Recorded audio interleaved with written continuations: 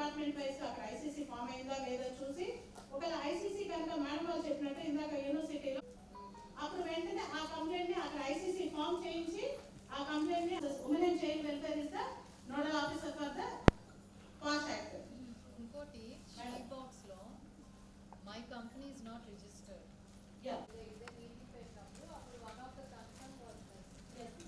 అంటే యాక్చువల్గా ఇది ఇంకా పూర్తి డెవలప్ అవ్వలేదు మేడం, ఇంకా కొంచెం డ్రాబ్యాక్ అయింది. She successfully registered. సో అందుకని అంత కాన్ఫిడెన్స్ వచ్చి 181 చెప్పిన 181 కాల్ చేసినా షీ బాక్స్ గురించి ఎక్స్ప్లెయిన్ చేస్తాము. లేదా పర్సనల్గా మీకు ఎవరికైనా డౌట్ వచ్చినా మా డిపార్ట్మెంట్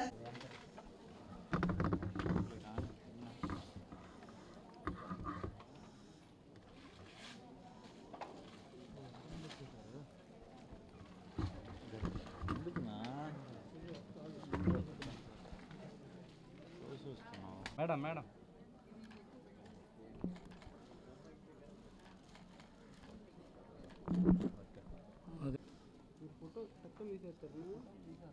రికార్డ్ అవ్వాలి కదా.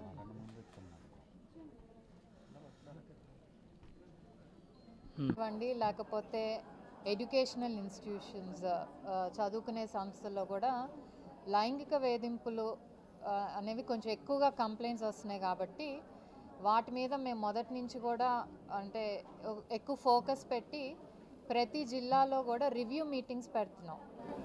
రివ్యూ మీటింగ్స్లో ఏంటంటే అవేర్నెస్, అసలు పాష్ అంటే ఏంటి, అలాగే ఐసీస్ ఫామ్ చేశారా లేదా, అలాగే ఈ ఐసీ మెంబర్స్ ఎవరైతే ఉన్నారో వాళ్ళకి ట్రైనింగ్ అయినాయా లేదా, ఇవన్నీ కూడా వెరిఫై చేసుకుంటూ, అలాగే షీ బాక్స్ పోర్టల్ గురించి ఎక్కడైతే కంపెనీస్ రిజిస్టర్ చేసుకోవటం కానివ్వండి, అలాగే ఎవరికైనా ఒక ఇష్యూ వస్తే షీ బాక్స్లో రిజిస్ట్రేషన్ చేయటం, ఇవన్నీ కూడా మేము వెళ్ళిన ప్రతి చోట చూసాం. ఎందుకంటే 13 ఏళ్ళైంది పాష్ యాక్ట్ అనేది వచ్చి, కానీ ఎక్కడా కూడా దీని ఇంప్లిమెంటేషన్ అనేది సరిగ్గా జరగట్లేదు. మెయిన్ థింగ్ పాష్ యాక్ట్లో మెయిన్ థింగ్ ఏదైతే ఉందో ఇంటర్నల్ కంప్లైంట్స్ కమిటీ కానివ్వండి, ఇంటర్నల్ కమిటీ అనేది ఎక్కడా కూడా ఫామ్ చేయట్లేదు. చాలామంది చాలా లైట్గా తీసుకుంటున్నారు. ఆడవాళ్ళు పడే ఇబ్బందుల్ని, ఏదైతే వర్క్ ప్లేస్లో పడే ఇబ్బందుల్ని చాలా లైట్గా తీసుకొని అదంత పెద్ద విషయం కాదులే అన్నట్టు కనీసం ఇంటర్నల్ కంప్లైంట్స్ కమిటీ కూడా ఫామ్ చేయకుండా కొన్ని కంపెనీస్ కానివ్వండి, కాలేజెస్ కానివ్వండి, దీనివల్ల ఏంటంటే ఇంటర్నల్గా సాల్వ్ అవ్వాల్సిన ప్రాబ్లమ్స్ చాలా కూడా కమిషన్ వరకు వస్తున్నాయి. ఇలా లైంగిక వేధింపుల మీద స్టార్టింగ్ మనం మొదటి నుంచి చూస్తుంటే యూజువల్లీ ఎక్కువగా మెడికల్ కాలేజెస్లో, యూనివర్సిటీస్లో, అలాగే గవర్నమెంట్ డిపార్ట్స్ కానివ్వండి, అన్ని చోట్ల కూడా ప్రాబ్లం అనేది ఉంది. అంటే రిపోర్ట్ అవ్వట్లేదు కాబట్టి హెరాస్మెంట్ జరగట్లేదు అనే దానిని అని అనుకోలేం. మాకు న్యాయం జరుగుతుందో లేదో అని చాలామంది కూడా ఈ కంప్లైంట్ ఇవ్వడానికి ముందుకు రావట్లేదు. కాబట్టి మేము ఇలా రివ్యూ మీటింగ్స్ పెట్టి ప్రతి హెచ్ఓడి కూడా వాళ్ళు రెస్పాన్సిబిలిటీ తీసుకోవాలి, వాళ్ళ డిపార్ట్మెంట్కి తీసుకొని వాళ్ళ డిపార్ట్మెంట్లో ఏమైనా ఉంటే వాళ్ళు న్యాయం చేస్తే డెఫినెట్లీ ఇంకా చాలామంది కూడా ముందుకు వచ్చి చెప్తూ ఉంటారు. ఇంకొకటి మేమేం చెప్పదలుచుకుంటాం అంటే, మాకు చాలామంది రాస్తున్నారు ఇలా జరుగుతుంది, మాకు సెక్షువల్ హెరాస్మెంట్ జరుగుతుంది కాలేజ్లో అని, కానీ కాంటాక్ట్ నెంబర్స్ కానీ ఏమీ ఇవ్వట్లేదు. దానికి ఏంటంటే మేము చాలా ఎఫర్ట్ పెట్టాల్సి వస్తుంది. అంటే అసలు ఎవరు కంప్లైంట్ ఏంటి, అట్లీస్ట్ బయటకు చెప్పైనా మా వరకన్నా మీ ఇన్ఫర్మేషన్ ఇస్తే మాకు ఇంకా ఈజీగా డీల్ చేయటానికి ఉంటుంది. ఒకే ఇలా తిరుపతి నుంచి కంప్లైంట్ వస్తే ఆల్ ది వే తిరుపతి వెళ్తే చాలామంది భయంతో కూడా మేము వెళ్ళినా కూడా చెప్పట్లేదు. సో మేము ఇచ్చే అష్యూరెన్స్ ఒక్కటే, మీకేమన్నా ప్రాబ్లం ఉంటే మాతో చెప్పండి, తప్పకుండా న్యాయం జరిగేటట్టు చూస్తాము.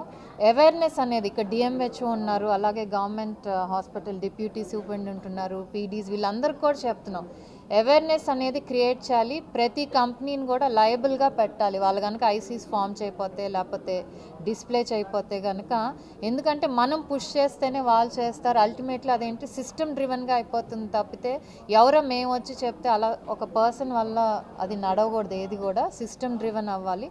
సో దానికే మేము ఈ రివ్యూ మీటింగ్స్ కూడా ప్రతి జిల్లాలో పెడుతూ అందరిని పిలిచి మాట్లాడుతున్నాము. Thank you madam. మీరు అన్నీ చెప్పారు. గత 5 సంవత్సరాల్లో మహిళలపై మహిళా రైతులపై కానీ, రాజధాని రైతులపై కానీ విపరీతమైన గొడవలు, దాడులు వాళ్ళ మీద ఇంతవరకు ఎలాంటి చర్యలు వహిస్తున్నారు?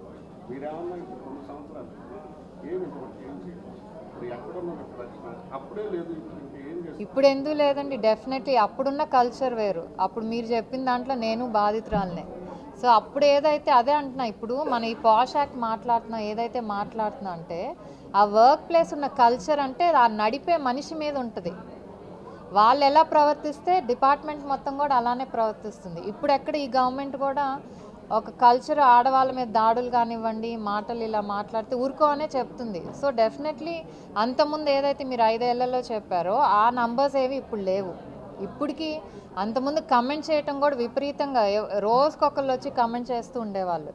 మీరు చూస్తే ఈ 2 ఇయర్స్లో కూడా ఒకళ్ళిద్దరు ఏదైతే అప్పుడు అమరావతి రైతులను అంటం కానివ్వండి, తర్వాత ఇప్పుడు మినిస్టర్ని, హోమ్ మినిస్టర్, ఇలాంటి నంబర్స్ అయితే తగ్గినాయి. ఇప్పుడు యాక్షన్ ఈరోజు ఉంది మాకు. ఏదైతే హోమ్ మినిస్టర్ మీద కమెంట్స్ చేశారో ఈరోజు యాక్చువల్లీ వస్తున్నారు, కమిషన్ ఆఫీస్కి వస్తున్నారు. ఏదండి వాటికి ఆల్రెడీ మేము రాసాము, గవర్నమెంట్కి రాసాము. ఏదైతే అప్పుడు ఎవరైతే ఇన్వాల్వ్డ్ అనేది వాళ్ళలో ఉన్నారో డెఫినెట్లీ యాక్షన్ తీసుకోవాలని రాసాము.